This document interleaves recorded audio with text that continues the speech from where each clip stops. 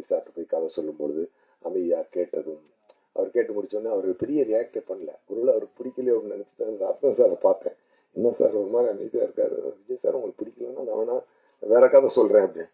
ஏன் நல்லா இருக்கேன் இதே பண்ணுவோம் அப்படின்னாரு. ஓ இதுக்கு ஏங்க நல்லா இருக்குன்றதுக்கு இதான் ரியாக்ஷனா, நமக்கெல்லாம் கொஞ்சம் வைப்பு கொடுக்கணும் சார் அப்படின்னு சொல்லி அப்படி ஒரு பிரமாதம். ஆமா, அப்படி ஒரு பிரமாதமான ஒரு அனுபவம். குஷி படத்துக்கு நீங்க பிரஸ்லேயே உள்ள ரெஸ்பான்ஸ் கொடுத்தீங்கன்னா தியேட்டர் என்ன ஆக போகுதுன்னு தெரியல.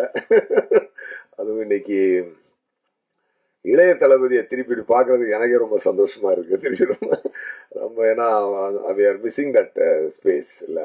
ரொம்ப ரொம்ப கியூட்டா ரொம்ப அழகான ஒரு பர்ஃபார்மன்ஸ். ஜோதிகா மேடம் அவங்களுமே சூப்பர் ஆக்ட் பண்ணியிருக்காங்க. எல்லாத்தையும் திருப்பி நினச்சி பார்க்கும்போது ஆக்சுவலாக என்னன்னாங்க, ஒரு இந்த படத்தினுடைய கதையை நான் சொல்லும் பொழுது நான் ஒரு 2.5 மணி நேரம் சொல்லுவேன். நான் ரத்ன சார் நான் தான் போனோம் விஜய் சாரை பார்க்கறதுக்கு.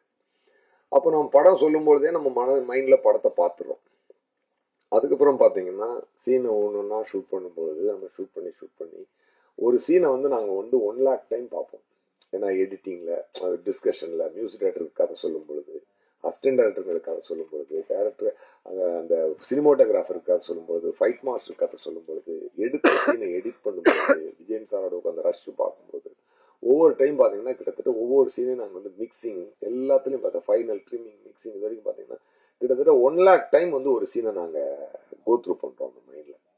ஸோ அப்போ பார்த்து இருக்கும்பொழுது படம் ரிலீஸ் ஆகுறதுக்குள்ளே வந்து பார்த்தீங்கன்னா அந்த டைரக்டருக்கு இந்த படம் வந்து என்னது நல்லா இருக்கா நல்லா இல்லையா அதுவே மறந்துடும். அந்த அளவுக்கு நாங்கள் நம்மாயிடுவோம். ஏன்னா ஒரு 100 தடவை பார்த்த ஒரு சீனால் நம்மாயிடுவோம். அதனால அதுக்கப்புறம் தியேட்டரில் ஆடியன்ஸோடு போய் ஆடியன்ஸ் ரசிக்கிறதும் கைத்தட்டுறதையும் பார்த்து ஓ பரவாயில்ல நம்ம நினச்சது கரெக்டாக இருக்குது அப்படின்னு தான் பார்க்க முடிஞ்ச வழியாக ஒரு ஆடியன்ஸாக நாங்கள் ஒரு மேக்கர் வந்து அந்த படத்தை என்ஜாய் பண்ணவே முடியாது ஒரு ஆடியன்ஸ். ஏன்னா ஆடியன்ஸ் வந்து ஃப்ரெஷ் மைண்டில் வருவாங்க, அவங்களுக்கு எதுவுமே தெரியாது. ஒரு ஆடியன்ஸாக ஃபர்ஸ்ட் என்ஜாய் பண்ணுவாங்க.